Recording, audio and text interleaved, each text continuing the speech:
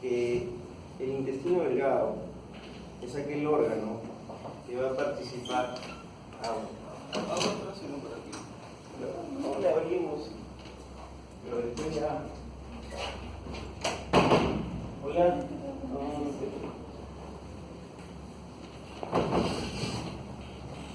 Entonces, hablemos sobre el intestino delgado, aquel órgano que se encuentra presente en la participación del tránsito de todo el contenido que vamos a ingerir, tanto líquido como sólido. Esta parte del tracto intestinal comprende desde la terminación del estómago, lo que es el píloro, hasta la parte final en el ciego, en la válvula ileocecal. Entonces, esta gran porción de intestino delgado va a presentar tres regiones que son bastante demarcadas. La primera, el duodeno. El duodeno, lo que le sigue al píloro, va a tener una distancia más o menos de 20 centímetros de longitud. Se va a dividir en 4 porciones. Luego, seguido por el yeyuno, para terminar en el ilio.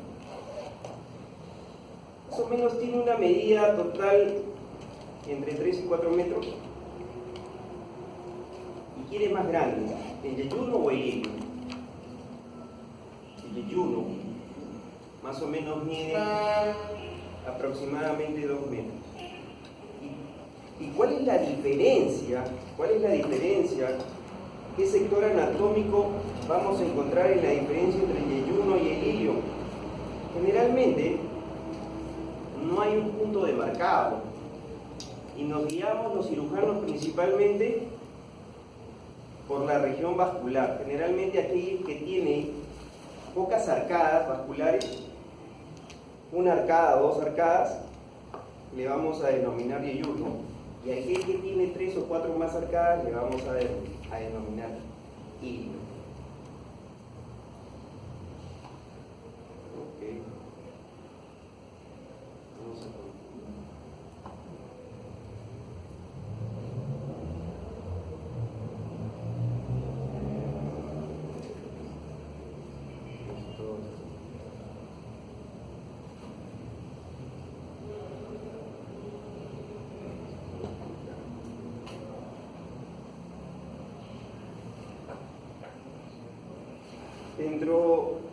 Vamos a recordar algo. Principalmente, ¿cuál es la estructura del intestino delgado? Vamos a encontrar varias capas, son 4. La primera es la mucosa, la submucosa, la muscular y la serosa. Aquí tenemos que referirnos a la mucosa, que tiene 3 partes, lo que es el epitelio, la lámina propia y lo que es la muscular de la mucosa. Si hacemos un paro aquí, tenemos que esta parte del intestino les va a proteger del medio externo, de todos los alimentos que por ahí se van a absorber y todos los microbios que se encuentran en ese lugar. Tanto así que el intestino lo califica como el órgano de defensa y glandular más grande que tiene el cuerpo. Entonces, después vamos a encontrar una parte que se llama la submucosa, compuesta por tejido principalmente de elastina y colágeno.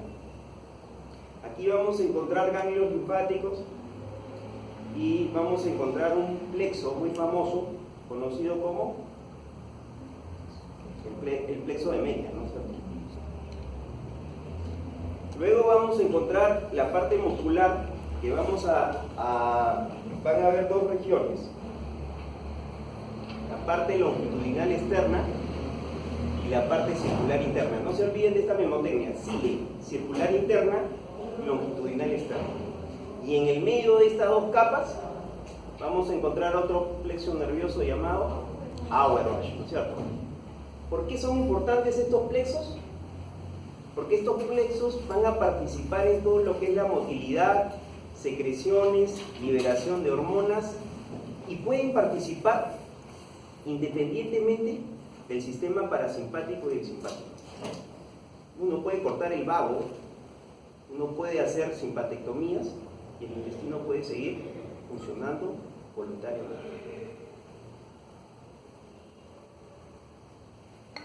Aquí en esta imagen le grafico más aquellas partes que le estoy mencionando, mucosa, submucosa, muscular y serosa. Y vamos a hablar un poco de la patología. En patología del intestino delgado comprende demasiadas enfermedades que a ustedes las han limitado en ciertas partes. Por ejemplo, obstrucción intestinal, que están en la plana de abdomen agudo. Después, yo quiero conversar hablando sobre lo que es el divertículo de Meckel. El divertículo de Meckel es la malformación congénita más común del intestino delgado. Los divertículos no es la patología más común. El divertículo de Meckel como divertículo no es el divertículo más común. ¿Dónde se encuentran los divertículos más frecuentemente? En el duodeno, a nivel de intestino delgado. Pero si hablamos de todo el tracto intestinal, en el colon. En el colon vamos a encontrar más frecuentemente los divertículos, pero a nivel de intestino delgado es en el duodeno. Ustedes ya van a recordar que hay dos tipos de divertículos, los verdaderos y los falsos. El verdadero es aquel que tiene todas las capas del intestino. Los falsos son aquellos que protruyen tanto submucosa como mucosa a través de la capa muscular. Un divertículo de Meckel es un divertículo congénito. ¿Qué significa esto? Que va a tener las 4 capas musculares. ¿Dónde se encuentra? Principalmente en el borde antimesentérico del hígado. ¿A qué parte, a qué región de la válvula isquial? Entre 45 y 60 centímetros. ¿Y de qué proviene el divertículo de Meckel? El cierre incompleto del conducto ónfalo-mesentérico o vitelino. Mírenlo, ahí está el divertículo de Meckel. Pero no solamente se va a presentar en ese tipo y en esa presentación. Muchas veces se presenta en una forma de un conducto fibroso.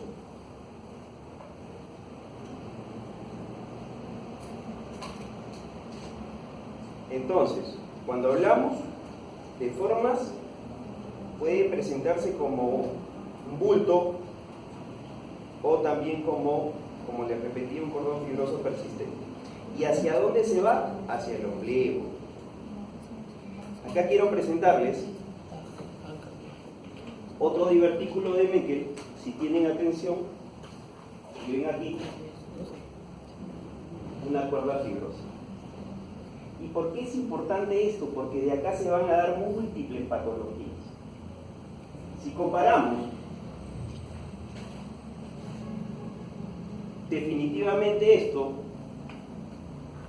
en esta presentación, ¿cuáles van a ser las presentaciones clínicas más frecuentes? Sangrado. ¿Y por qué sangrado? Porque a nivel de este conducto se va a encontrar tejido gástrico heterotrópico que va a producir ácido clorhídrico, y estas zonas de alrededor se van a ulcerar y van a producir sangrado. Se puede meter acúmulos de alimentos y puede producirse una diverticulitis. Como en esta otra presentación, ¿qué va a suceder en esta otra presentación? Los intestinos pueden rotar alrededor de esto y producir una obstrucción intestinal, un vólvulo de intestino delgado.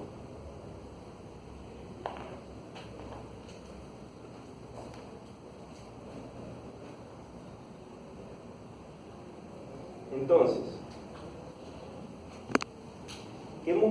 ¿Qué mucosa, qué epitelio heterotrópico es más común? El gástrico. Le sigue mucosa pancreática y también se puede encontrar mucosa de colon. Entonces, ¿qué es lo más frecuente en la clínica? Una hemorragia digestiva por el ácido en la zona ileal adyacente al divertículo de Meckel que contiene mucosa gástrica. Y como les había explicado, obstrucciones intestinales, pólvulo de intestino delgado, y un tercero, la diverticulitis. Aquí es importante diferenciar porque mucho de la sintomatología de una diverticulitis por divertículo de Meckel es semejante a una apendicitis aguda. Puede dar perforación y puede dar peritonitis. ¿Por qué les repito esto? Si yo tengo como cirujano y ustedes como clínicos se encuentran en la emergencia, ven al paciente con dolor, lo programan para sala de operaciones y lo operan y encuentran el apéndice sano, por favor, ¿qué haría un buen cirujano? Tiene que revisar a 40 o 50 centímetros del intestino delgado a ver si encuentra una diverticulitis por divertículo de Meckel. ¿Qué pasa? No, el apéndice está normal, ciérralo. Paciente en 3 o 4 días una peritonitis generalizada. ¿Entendieron? No se les pasa.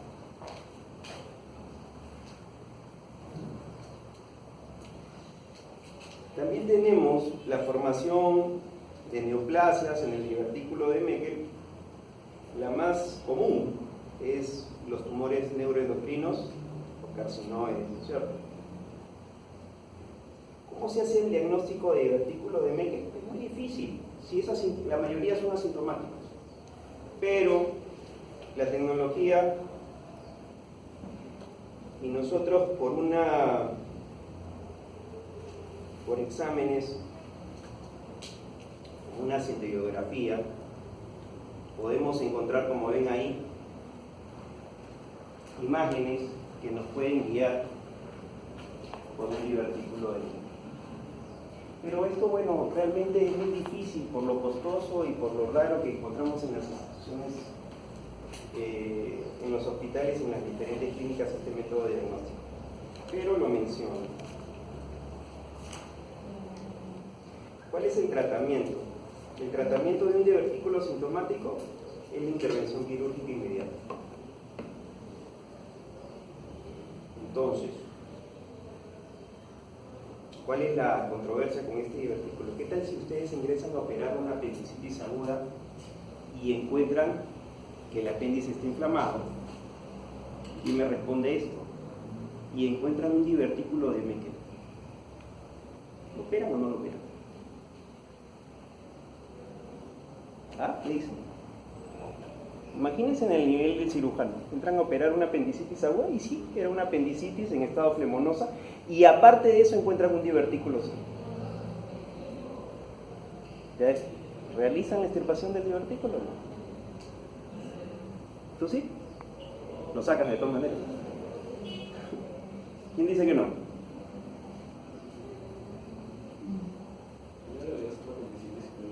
¿Ya le hiciste la apendicitis? ¿Le sacas el divertículo también? Lo dejas. Claro.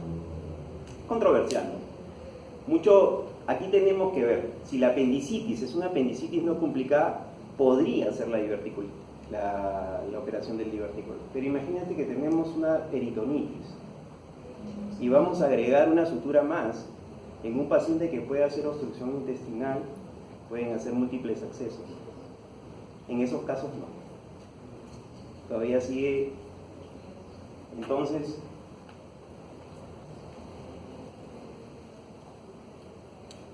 bueno,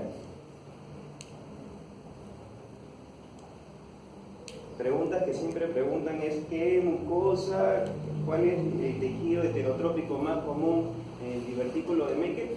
Gástrico. Vamos a entrar a otra parte. ¿Qué divertículos son más comunes a nivel del intestino delgado? Duodeno. A nivel de todo el intestino, colon. Bueno, Bueno, vamos a hablar sobre tumores del intestino delgado. Bueno, este es un tema un poco pesado, digamos, porque no hay mucha clínica diferente entre todos los tumores del intestino delgado, son muy parecidos todos casi. Y generalmente cuando entramos a operar es que porque se ha presentado una obstrucción, una perforación, un sangrado, un paciente que ha venido por ese tipo de problemas. Es muy difícil hacer un diagnóstico de tumor de intestino delgado cuando es asintomático. Entonces, dentro de los tumores de intestino delgado tenemos los neuroendocrinos o carcinoides. Y aquí he revisado un montón de bibliografía y los gringos ahora lo toman como el tumor, como la neoplasia maligna más común del intestino delgado. Anteriormente el adenocarcinoma lo consideraban, pero ahora los tumores carcinoides han pasado a primer lugar. ¿Dónde se encuentran más frecuentemente? En el hígado. ¿Y qué hacen estos tumores carcinoides? Sintetizan serotonina. ¿Por qué células? Las células ya enterocromafines. Tenemos también algunos que producen la gastrina por las células T, y también hay otros que somatostatina por las células D, pero estos son tumores carcinoides principalmente ¿dónde? En duodeno. ¿Qué síndromes neoplásicos están asociados a estos tumores? Generalmente la neoplasia endocrina múltiple, MN1, o la neurofibromatosis tipo 1. Son síndromes neoplásicos que están asociados a los tumores carcinoides. Entonces, como les decía, un tumor de intestino delgado generalmente nos va a dar sintomatología por lo que va a producir, y principalmente, bueno, es difícil hacer todos van a producir dolor abdominal, y con dolor abdominal no vamos a hacer ningún diagnóstico. Entonces vamos a tener también algunos que nos van a dar síntomas de obstrucción, síntomas de intussusección, y aquí sí hay que tener muchos de los tumores del intestino delgado que abarcan la mucosa como pólipos. Imaginemos que tenemos el intestino delgado y acá hay un tumor en la luz de la... El resto del intestino tiende a tragar ese tumor, y por eso se produce la intussusección. ¿Entendieron? ¿Sí? ¿Está claro? Y eso nos trae obstrucción intestinal. Entonces, el tumor que está dentro de la luz va a crear una fuerza que el resto del intestino lo va a querer ingerir.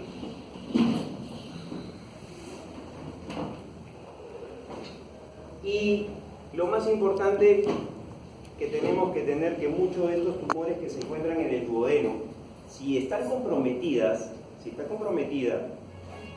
la ampolla de Vater, entonces definitivamente ¿qué nos va a dar? Ictericia, ¿no? Va a tener ictericia. Son raros los que están en esa zona periampular y te produzcan una obstrucción, nos va a dar ictericia. ¿Qué cantidad de pacientes van a producir síndrome carcinoide? ¿Todos los tumores de intestino delgado van a producir tumores carcinoides? ¿Quién dice? ¿Sí o no? Imaginemos que es un tumor que va a liberar un montón de sustancias. ¿Hacia dónde lo va a liberar? Hacia la luz. No, hacia la sangre. ¿Y hacia la sangre que va a llegar hacia dónde? ¿A la circulación general?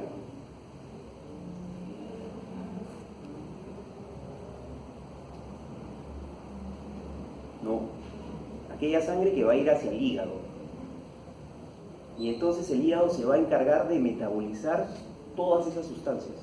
Por eso que todos los pacientes que producen, los que tienen tumores de tipo carcinoide, la mayoría de pacientes no van a hacer síndrome carcinoide. ¿Por qué? Porque el hígado se va a encargar de destruir todas esas sustancias. ¿Cuáles pacientes van a presentar tumor carcinoide? Aquellos pacientes que tienen tumor carcinoide y por metástasis están cerca a los vasos que van a ir a la circulación general. ¿Comprendieron eso? Ok. Entonces, ¿cuántos son los pacientes que van más o menos un 35%. La mayoría no hace síndrome carcinóide. ¿Y qué va a presentar un paciente que tiene síndrome carcinoide? Sí sabe, flushing, dolor abdominal, diarrea, broncoconstricción, enfermedad cardíaca carcinoide, compuesta por placas fibrosas endocardiales y fibrosis de las válvulas tricúspide y pulmonar, principalmente. En menor cuantía la aórtica y la pulmonar, pero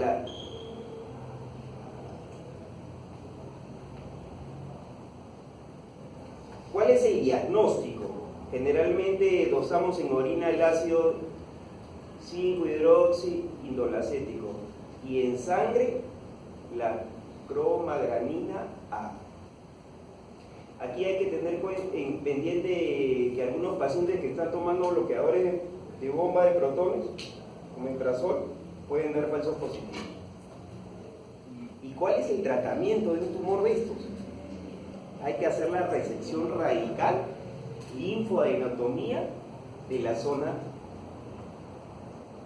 comprometida. ¿Cuál es el pronóstico de estos pacientes? Malo. 5 o 7 años generalmente.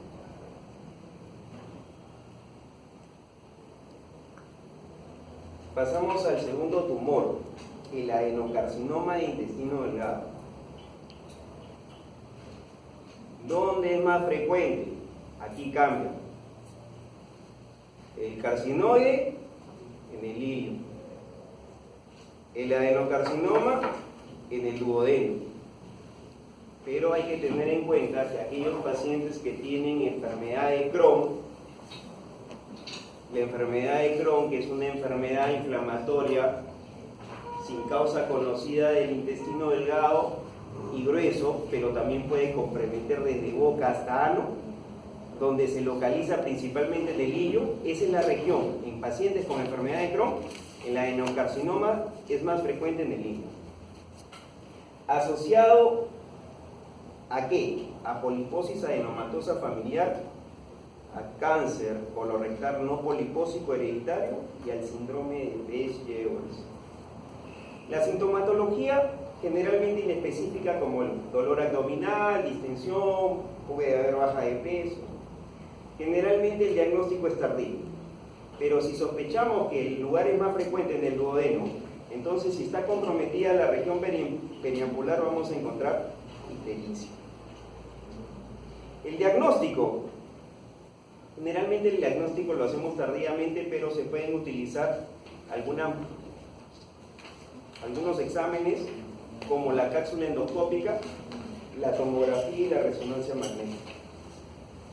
El tratamiento quirúrgico depende de la localización y es una resección radical de toda la zona. Adenocarcinoma. Pasamos a los tumores conocidos como tumores del estroma gastrointestinal o conocidos con el nombre de JICS.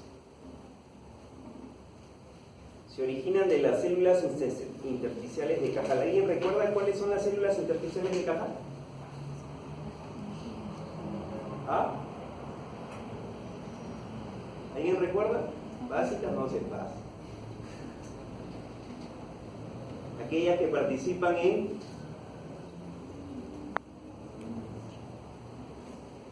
el sistema nervioso, son las que le van a llevar de Auerbach al enterocito la información, las células de Cajal.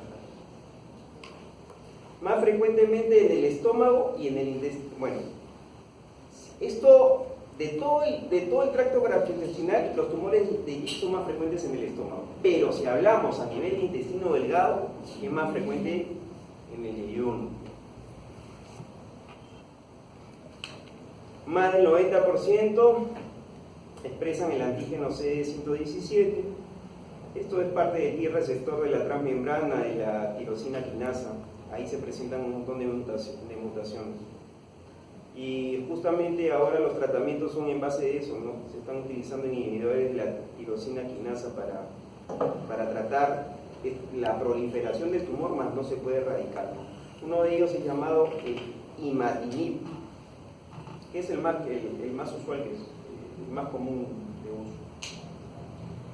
Están relacionados con algunas enfermedades como la neurofibromatosis tipo 1. Es parte de la triada de Carney, Hicks, paraganglioma y condromas pulmonares. Y la diada de Carney, Stratagis, Hicks y paragangliomas. A los que le gustan hacer preguntas como eso.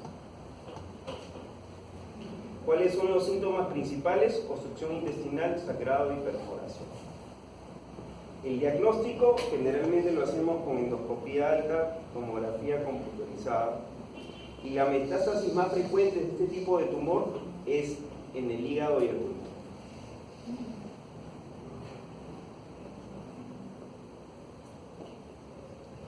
Esta es una tabla para valorar el riesgo que tienen los tumores de Hicks,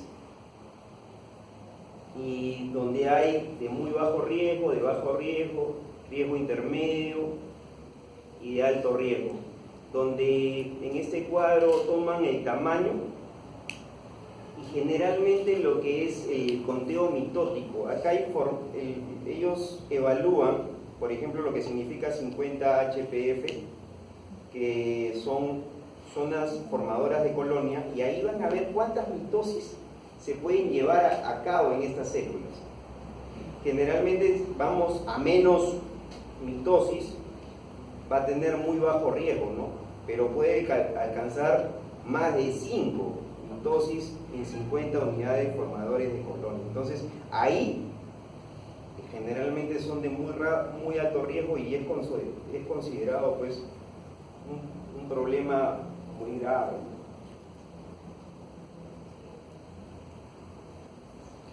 ¿Cuál es el tratamiento? Depende de la localización. Si es local, resección segmental. Pero si lo encontramos en el, por ejemplo, periambular, vamos a tener que hacer una pancreatoduodenectomía o operación de Witt. En el preoperatorio, ¿qué podemos ofrecerle al paciente? Le podemos dar este fármaco imatinib, y en algunos pacientes en el postoperatorio también, cuando los tumores miden más de 3 centímetros y tienen riesgo moderado o alto, como vemos en el cuadro. ¿Cuáles son? Moderado o alto, los que tienen de 6 a 10 o más de 5. Otro tumorcito del intestino delgado. Llevamos 3, vamos a hablar del linfoma no Hodgkin. ¿También hay linfoma en el intestino delgado? Sí. Pueden ser por linfomas de origen de células B. Pueden ser de tipo linfoma difuso de células grandes, linfoma de células del manto, linfoma de células B de mucosa asociado a tejido linfoide, popularmente llamados MAL, el linfoma folicular, el linfoma de Burkitt y el linfoma inmunoproliferativo. Son muchos tipos. De estos subtipos, ¿por qué tantos subtipos? Porque aquí depende mucho cómo van a actuar estos tumores frente a la quimioterapia. Hay que tener en cuenta que el mal está asociado al Helicobacter pylori. Y el 70%, cuando miden más de 5 centímetros, también son conocidos como tumor de Burkitt. También hay tumores asociados a linfomas de células T. Y estos están asociados principalmente a aquellos celíacos, ¿no? Aquellos enfermos que sufren de enfermedad celíaca. Principalmente están localizados en la parte proximal del intestino. Aquí hay que tener en cuenta que pacientes con HIV y conteo bajo de CD4 tienen alto riesgo de desarrollar linfomas gastrointestinales de células B. Síntomas inespecíficos como todos los tumores del intestino delgado. Dolor abdominal, pueden dar síntomas de complicaciones como obstrucción, sangrado y perforación. El diagnóstico Generalmente lo hacemos con tomografía, ahí vamos a encontrar un conglomerado y gracias a la radiología intervencionista podemos a veces hacer funciones con aguja fina. El estadiaje nos llevamos de la clasificación de Engan-Arbor para clasificar este tipo de tumores. Es poco adecuado para la... Entonces, lo que hay que entender es que los tumores del intestino delgado, de todos los cánceres que un ser humano puede tener, representan del 1 al 2%. Son bastante poco frecuentes.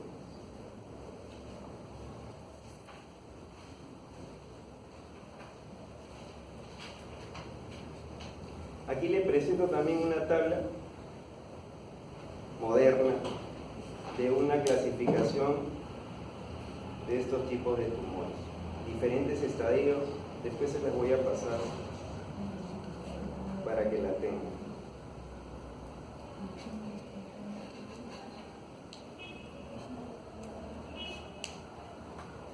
Entonces, ¿cuál es el tratamiento de un tumor, de un linfoma? Principalmente no es un tratamiento quirúrgico, generalmente el tratamiento es quimioterapia. La mayoría de pacientes curan y van muy bien con la quimioterapia. ¿Cuándo voy a utilizar cirugía? Cuando tengamos obstrucción, perforación y sangrado. ¿Y dónde voy a encontrar este tipo de pacientes? En emergencia. Nunca en mi consultorio me va a ir un paciente obstruido, perforado o sangrado. Son pacientes que generalmente llegan a la emergencia y cuando hacemos la laparotomía operatoria es un hallazgo.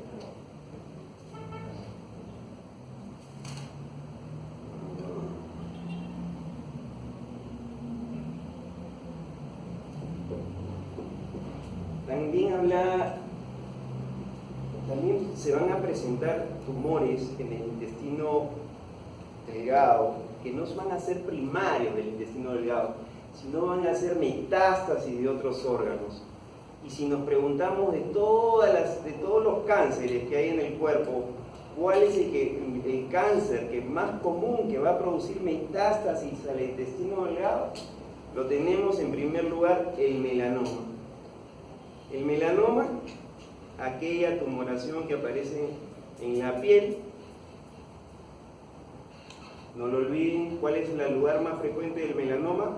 Muchas veces tenemos que revisar la planta de los pies. Pequeños nevos que hay en la planta de los pies van a producir más frecuentemente metástasis al intestino delgado. Después, en segundo lugar, tenemos el cáncer de pulmón y en tercer lugar el cáncer de mama. Y aquí sí, ¿no? Cáncer de mama lo tenemos a nivel mundial como el primer cáncer que hay a nivel mundial y aquí en Perú lo tenemos en segundo lugar, después del cuello uterino.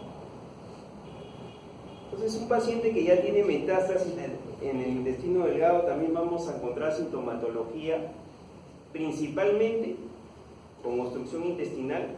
Va a ser un paciente que va a venir con ascitis, es un paciente que va a venir con perforación o sangrado. ¿Cuál es el tratamiento quirúrgico principal? Aquí, en estos pacientes, solamente paliativo. ¿Y qué hace la cirugía? Puede desobstruir, puede hacer una tumorectomía, puede crear una desviación, una ostomía, mas no va a curar al paciente.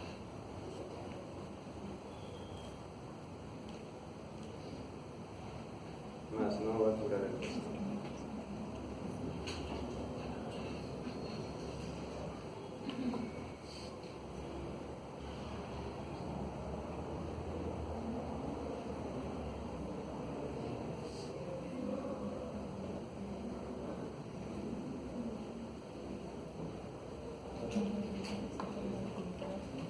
Luego después de los tumores del intestino delgado, hay dos partes que le van a tocar en diferentes clases, que ya deben haber hablado sobre obstrucción intestinal en abdomen agudo, ¿no es cierto?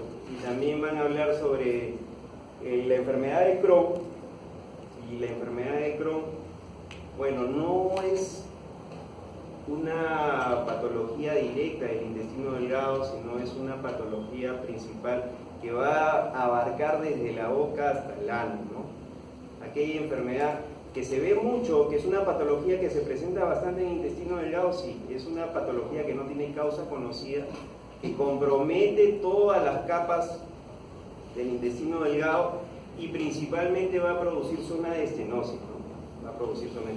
pero se lo van a tener en una clase diferente.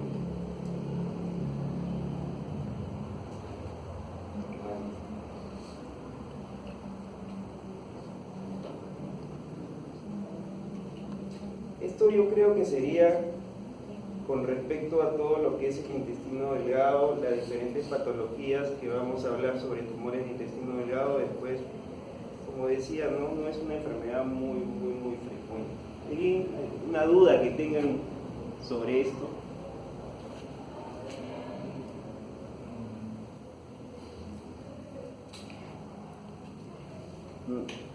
¿Sí? ¿Algo que quisieran aclarar?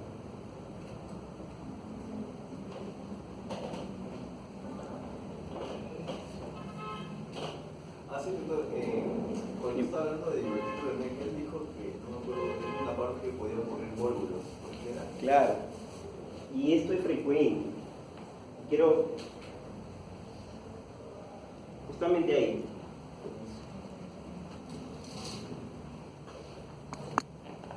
El ombligo, intestino delgado, 40, 60 centímetros de la válvula ileocecal, un divertículo de Meckel, pero no en la presentación, sino en una presentación fibrosa.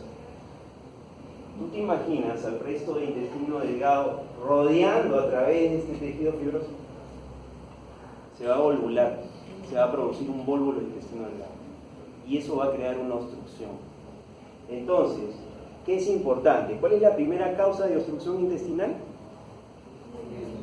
Bridas y adherencias.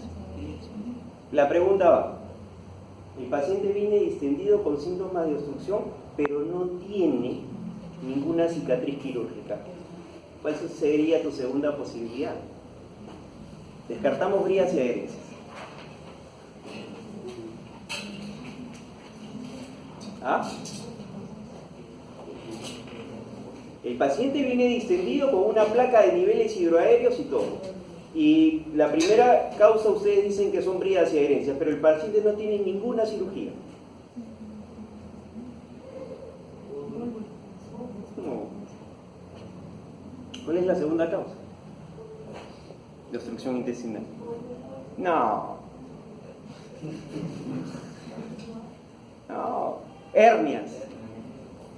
Hernias complicadas. Y dentro de las hernias, le revisas la zona inguinal y no hay tumoración. ¿Cuál es la hernia que se complica, que produce más obstrucción intestinal?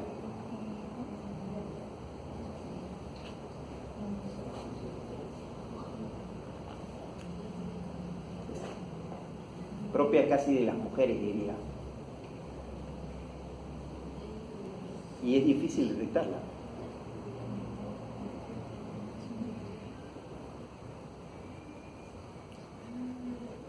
¿Qué? Femoral, la hernia crural en una mujer, principalmente, ¿no? ¿Y por qué no la vamos a la inspección no la vamos a encontrar? ¿Cómo se llama aquella hernia que compromete el segmento antimesentérico? La hernia de... ¿Cómo? Richter.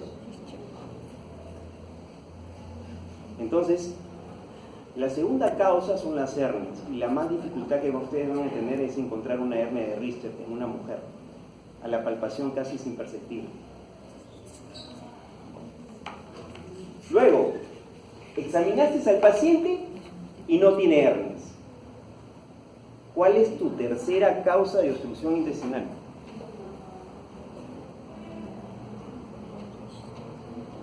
¿No ha sido operado? ¿No tiene hernias?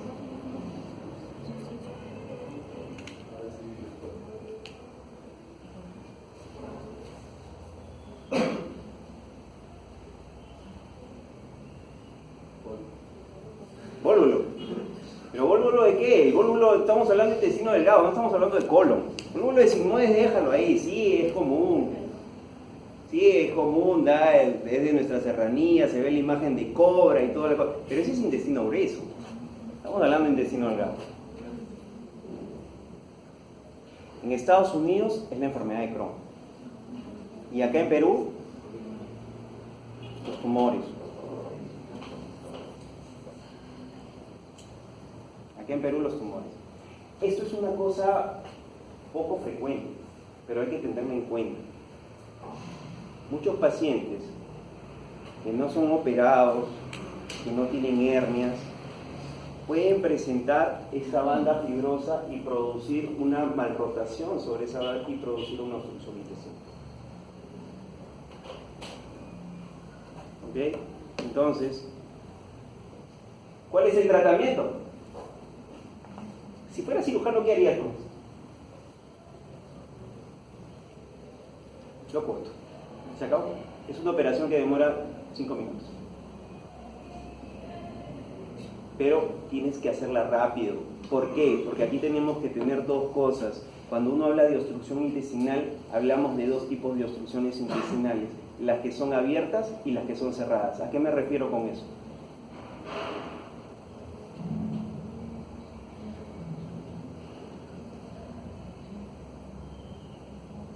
¿Qué es una obstrucción abierta? Es aquella que yo voy a encontrar una vía de adherencia y no va a pasar por una región y entonces se va a comenzar a acumular líquido, gas a nivel proximal hasta llegar al estómago y comenzar a regurgitar y botar. Te da tiempo para actuar, para hidratar al paciente, para darle antibiótico terapia y para planear una cirugía. Pero ¿qué tal si tenemos un asa intestinal que se encarcela? Produce una obstrucción intestinal rápidamente. Pero aquí, ¿cuál es lo peligroso? A eso se le llama una obstrucción intestinal en asa cerrada. ¿Por qué? Porque va a haber compromiso vascular. Y si tú no tomas la decisión de operar rápidamente a este paciente, va a haber necrosis y perforación. No vas a encontrar distensión. No, ya cuando encuentras vómitos, distensión, estás hablando ya de una necrosis intestinal. ¿Ok? ¿Alguna pregunta más? Hay un montón de nombres que tienen que memorizar para el examen, un montón de síndromes asociados con esas enfermedades.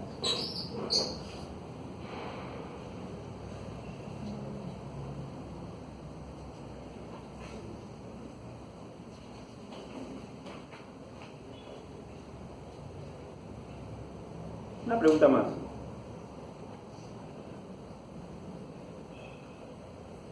Una pregunta más. Imaginemos el caso de una obstrucción intestinal por una hernia inguinal de un paciente de 80 años, paciente obstruido más o menos unos 5 días, con un hemograma en 17.000 leucocitos.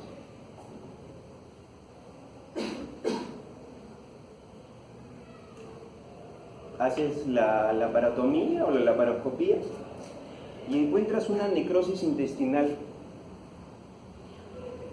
de aproximadamente 15 centímetros. ¿Cuál sería la técnica correcta para reparar esto? ¿Harías una resección y una anastomosis primaria o harías una ostomía?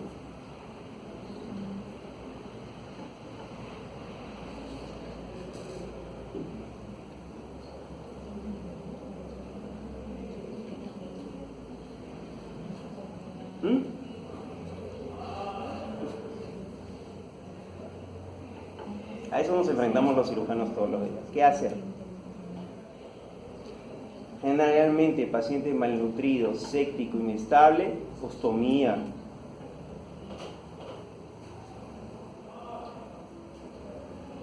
Si es un paciente bien nutrido, que esté estable, que no tiene signo de sepsis, puedo darme el lujo de hacer una resección en una anastomosis primaria. Es importante, porque una resección en una anastomosis primaria en un paciente séptico te va a traer una dehiscencia de sutura y un paciente más séptico después de esta complicación. Entonces, las ostomías son parte del tratamiento en este tipo de patologías. ¿Algo más? ¿Alguna pregunta más?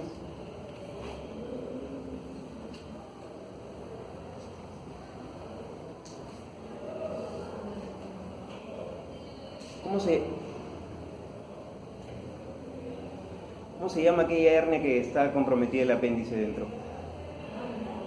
¿Ah? Ajá.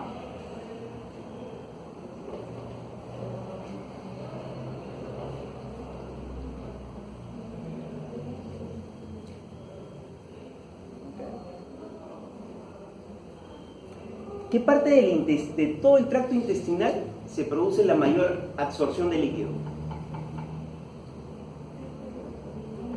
Jalamos todos.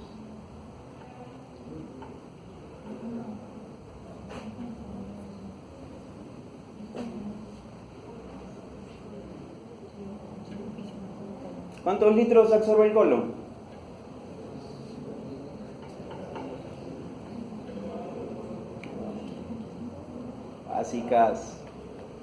Básicas. El intestino delgado absorbe 10 veces más que el colon.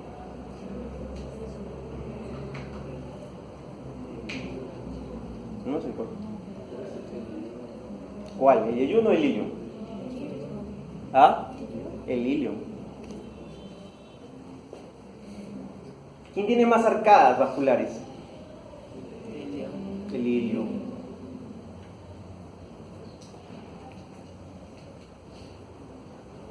Muy bien. ¿Algo más?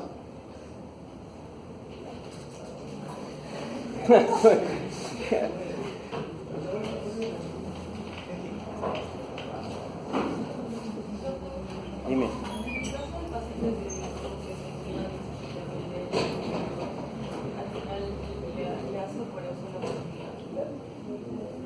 Cuando uno entra a operar a un paciente y encuentra una necrosis intestinal, lo que le llama a todo cirujano es resecar esa zona, porque sabes que ¿qué hacemos? Encontramos un asa intestinal metida, por ejemplo, en una hernia. Encontramos una gran necrosis. Esta necrosis, generalmente, una vez que lo hemos sacado donde ha estado metido, tratamos de que con agua caliente que esta parte intestinal comience a su vascularización normal. ¿Qué significa eso? Que vuelva a su color normal. Generalmente es un color azulado y el color del intestino es rosado.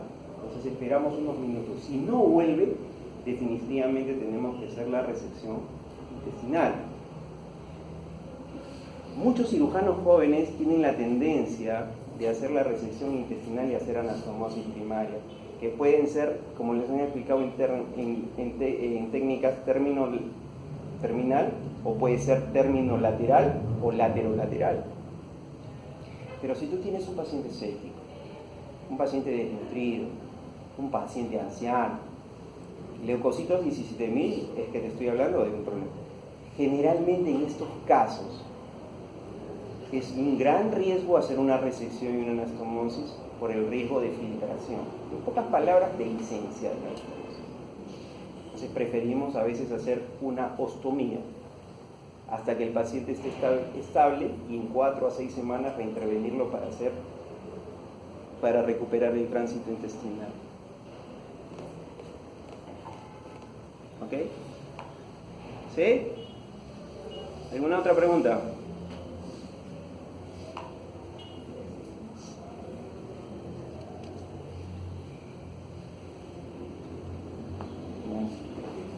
Estas diapositivas aquí hay que pasárselas. ¿Quién va a tener ¿Quién es el delegado? ¿Sí? Me vas a dejar tu correo en un papelito.